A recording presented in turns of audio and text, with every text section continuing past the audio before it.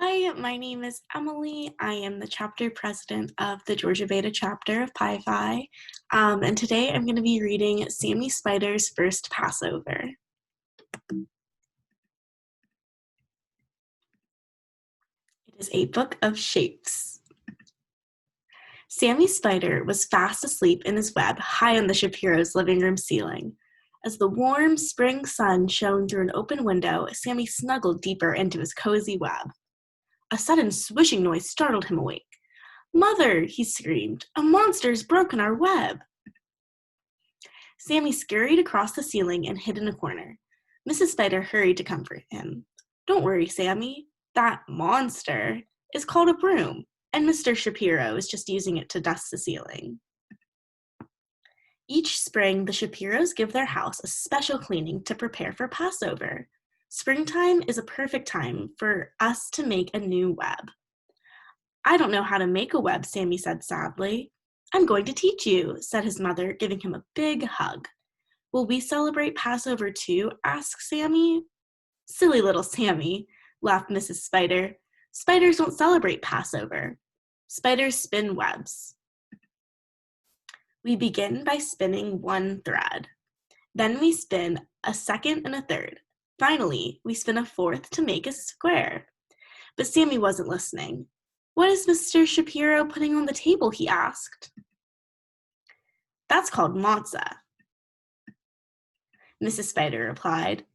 "Tonight is the first night of Passover, and the Shapiros will have a special meal called a Seder." Then Mrs. Shapiro brought in a big platter with a roasted egg, a bone, parsley, carousel, and bitter herbs. "That's called a Seder plate," Mrs. Spider explained. "The Shapiros will eat special foods at their Seder." "Do spiders eat special foods for Passover?" asked Sammy. "Silly little Sammy," answered his mother. "Spiders don't celebrate Passover." "Spiders eat flies and other insects.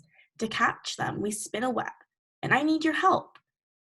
Watch me attach a circle to the inside of our web."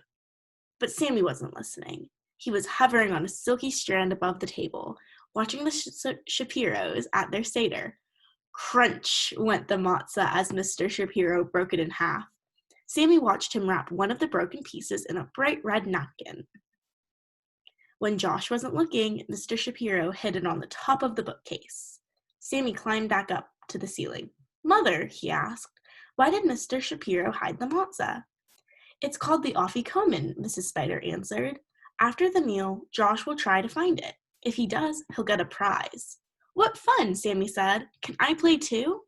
"Silly little Sammy," said his mother. "Spiders don't celebrate Passover. Spiders spin webs, and I really need your help to spin a triangle inside the circle." But Sammy wasn't listening. He looked longingly at the hidden afikoman. "All right," sighed Miss Spider. "You may watch the Seder for a while." Sammy quickly crossed the ceiling and stopped right above the bookshelf as Josh finished reciting the 4 questions. He listened as the family sang Passover songs and took turns reading the story of Moses, who led the Jews to freedom. The Shapiros began their Seder meal. Sammy had never seen so much food. At last, it was time to search for the afikoman. Sammy wished he could help, but he remembered his mother's words. Spiders don't celebrate Passover.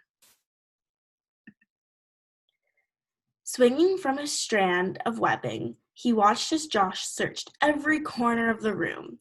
When Josh neared the bookshelf, Sammy got excited. Something shiny caught Josh's eyes. It was an amazing little web with a beautiful Jewish star inside. "Wow," breathed Josh. As he went closer to look, he spotted the afikoman just below the glistening web. "Wow! I found it," he squealed. Sammy glowed with pride. "I did it, Mother. I helped Josh find the afikoman."